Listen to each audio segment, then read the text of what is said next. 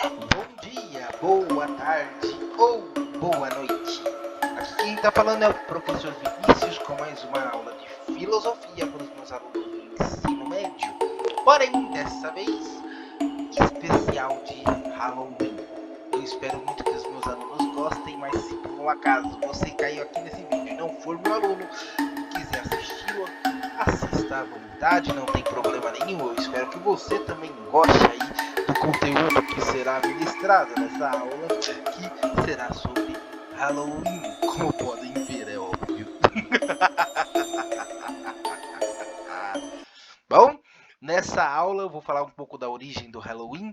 Essa pessoa que eu coloquei aí na foto é a minha pessoa, para mostrar o quanto eu gosto dessa data. É uma coisa até inexplicável às vezes, né? Mas eu amo muito Halloween e ter a oportunidade de fazer uma aula falando sobre Halloween, né? Para mim está sendo muito divertido. Então, por isso que eu espero realmente que vocês gostem do vídeo. Esse é o segundo vídeo que eu produzi falando de Halloween, né? Tem a aula de tecnologia que eu vou deixar no cardzinho aqui para vocês verem também se quiserem, tá bom? A origem do Halloween e vou falar também sobre o porquê a data é um conto de fadas. Então vamos lá. A origem do Halloween. Essa data que considero tão especial teve sua origem em uma festividade antiga, de um povo antigo conhecido como povo celta, né? E quem eram os celtas, professor? Você deve estar se perguntando. Os celtas, né, antes de falar de quem eram os celtas, vou explicar um pouco sobre a palavra celtas, né? Porque como a gente já viu em algumas aulas de filosofia anteriormente, entender a palavra, entender a origem da palavra, entender a etimologia das palavras é importante até para se ampliar a nossa compreensão da própria realidade em si, né? Como a gente viu em outras aulas de filosofia. Então, antes de explicar quem era o povo celta, eu vou falar sobre a designação a celta, né? O que é uma designação dada a um conjunto de povos, ou seja, essa palavra ela é um etnônimo. E o que vem a ser um etnônimo? Etnônimo é uma palavra que vem da junção de duas palavras gregas, o ethos e o onoma. E o que é ethos, professor? O que é onoma? Bom, o ethos significa o modo de ser, o caráter. Essa palavra também deu origem à palavra ética, que é justamente o estudo que procura compreender as relações morais da humanidade. Logo, a palavra ethos pode ser entendida como algo relacionado ao comportamento humano. E a palavra onoma, ela tem um significado de nome, né? E dentro dessa palavra, essa fusão entre ethos e onoma, se criou a palavra, o conceito etnônimo. E isso é o que significa isso, então? Isso significa dar nome a um povo, né? Ou seja, a palavra celta, tal como a palavra nórdico, elas são etnônimos. Por quê? Porque são palavras que dão nome a um determinado povo que compartilham a mesma cultura, comportamentos, modos e etc. Né? E é isso que é etnônimo. E por isso que a palavra celta, tal como nórdico, é um etnônimo. E agora que a gente já entendeu que é a palavra etnônimo e a palavra celta, a gente vai falar um pouco desse povo maravilhoso que nos legou essa festividade do Halloween e também foi responsável pelo desenvolvimento da Era do Ferro. O povo celta foi um dos grandes responsáveis pelo desenvolvimento do ferro e da metalúrgica. Né? Isso a gente vê pela sua própria arte, né? Como a gente pode observar aqui nas imagens que eu coloquei aqui do lado. Né? E a religião do povo celta era uma religião politeísta e muito ligada à natureza. O que seria politeísta? É uma religião que tem vários deuses, né? Essa religião era conhecida como uma religião druida, né, porque os sacerdotes principais dela eram conhecidos como druidas, e hoje tem vertentes neopagãs, como a Wicca, que bebe muito das fontes celtas. O legado desse povo, como já foi dito, foi o desenvolvimento do ferro, mas também na literatura eles deixaram como legado as suas lendas, né, que são muito trabalhadas e referenciadas em literaturas infanto-juvenis, né, que bebem muito dos seus mitos e lendas celtas, como Harry Potter, Rei Arthur, dentre outros livros infanto-juvenis, né, Coraline, etc. Como também em algumas características culturais, como popular. Por exemplo, a fogueira da nossa cultura na festa junina, né, o pular a fogueira para espantar os maus espíritos na festa junina, é uma característica que veio do povo celta, né? E o próprio Halloween, como a gente está vendo nessa aula. O Halloween, então, ele nasceu graças à popularidade da festividade de Samhain, né, que se escreve Samhain, Samhain, porém se pronuncia como Samhain. Tem como significado fim do verão e era o ano novo dos povos celtas, né? Nessa data eles acreditavam que a linha que separa os dois mundos, né, o mundo dos vivos e o mundo dos mortos, por assim dizer, estava bem tênue e que por isso criaturas até as perversas poderiam sair para matar e destruir a humanidade. E para se proteger dessas criaturas, eles se vestiam como monstros, e esse costume das fantasias de monstros e demônios no Halloween perdera, perdura até hoje. Desculpa aí pelo erro de digitação.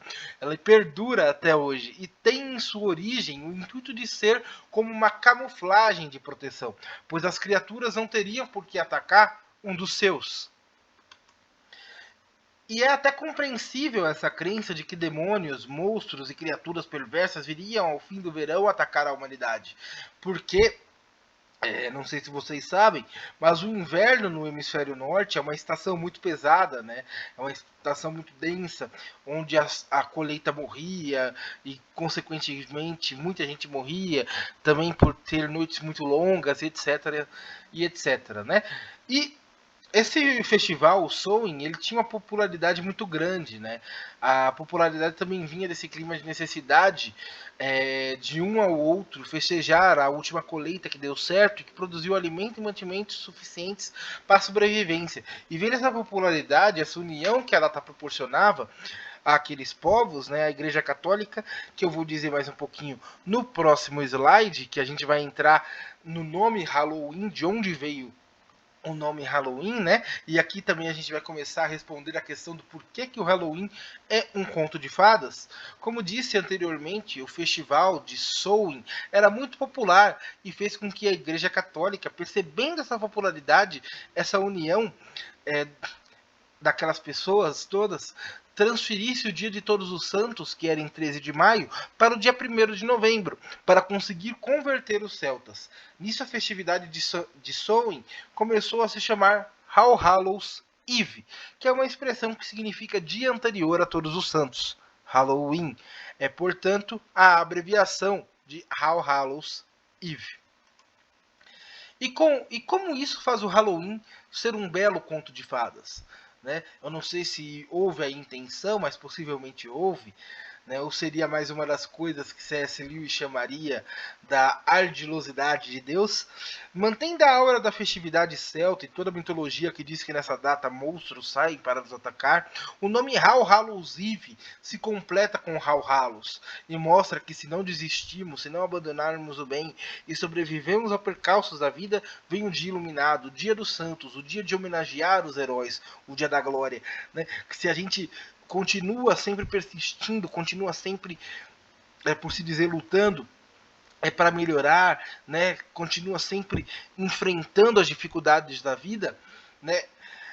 Vem o dia de glória, né? E o nome All Hallows Eve, que significa dia anterior ao dia de Todos os Santos, traz isso, porque no dia anterior ao dia de Todos os Santos, os monstros, as perversidades da vida atacam, destroem, né? E aqueles que sobrevivem são glorificados, são santificados no dia de Todos os Santos, que tem como sentido ser uma homenagem aos santos, os mártires da Igreja Católica que lutaram pela fé, né? Mas a gente também pode traduzir dentro desse conto de fada do All Hallows Eve e do All Hallows, né? Que depois da superação vem a glória, vem a vitória, vem a paz, vem as boas coisas. Vem as boas coisas, né? E isso faz o Halloween ser um belo conto de fadas. E isso não está só no nome Halloween, né? Como podemos perceber, toda essa data ela se baseia, tal como o Natal, em esperança. Não em mero terror. Essa esperança também podemos ver no próprio mito de Jack o Miserável. Não sei se vocês ouviram falar do mito de Jack, né? Esse mito, essa lenda antiga, é uma lenda irlandesa que deu origem às famosas lanternas de Jack. Nessa lenda, a lanterna de Jack é a abóbora, o símbolo máximo do Halloween, né? Que é a abóbora esculpida com alguma cara assustadora, né? Uma cara que faz lembrar a morte, com uma vela dentro, né, iluminando. Nessa lenda, o Jack era um homem não muito bom. Ele tinha momentos que era ruim, até mesmo com sua mulher e filhos, mas ele tinha astúcia e conseguiu enganar o diabo 3 vezes, fazendo com que, quando ele morreu, o diabo não aceitasse ele no inferno. Deus também não pôde aceitar ele no céu por suas maldades, mas deu a ele uma abóbora esculpida. No original era um nabo. Mas depois que descobriram a América, viram as suntuosas abóboras que eram maiores e mais confortáveis para se esculpir o rosto da lanterna, virou a abóbora. Colocou nessa abóbora uma lanterna dentro, uma vela dentro, né? Dando dentro, e disse a Jack, né? E disse a ele que até o dia do juízo final, enquanto a lanterna brilhar, você ainda terá esperança de ser redimido. Então, no próprio mito da lanterna de Jack, há aí a mensagem de esperança, de que você pode ser redimido, de que você pode ter uma nova chance, né? Apesar de todos os pesares, né? E isso faz o Halloween ser esse conto de fada belíssimo. Por quê? Porque dentro da filosofia de conto de fadas, muita gente, eu já falei isso em outras aulas e eu repito nessa, que é pertinente repetir, muita gente leva os contos de fadas como se fosse um mundo onde só haveria bem, onde todo mundo acaba bem, só haveria felicidade, etc, etc. Porém, como o Padre Brown, que é um personagem do escritor chamado J.K. Chesterton, diz, né, tolo é o homem que acredita que nos contos de fadas não existe perigos, pois existe perigos. E a principal lição que os contos de fadas dá à criança, né, é que elas podem vencer os dragões da vida, elas podem vencer esses perigos, elas podem vencer essa maldade e assim se sobressair e assim obter a glória. E a data do Halloween, na sua construção, All Hallows Eve e Hallows, né, traz isso de você ter a esperança, ter a glória depois da tormenta. Então por isso que é um belíssimo conto de fadas. E com isso eu encerro a aula, colocando aqui os slides da atividades. Peço que os meus alunos pausem o vídeo para poder fazer as atividades, né? Tá facinho para eles fazerem as atividades. E peço também que vocês assistam aí o tchau do Por Essa Aula É Só. Então eu coloquei mais uma vez eu do vídeo e meu anjo da guarda, desejando para vocês um feliz mês de Halloween. E por essa aula é só, meus amigos. Até a próxima. É isso, pessoas. Até a próxima aula.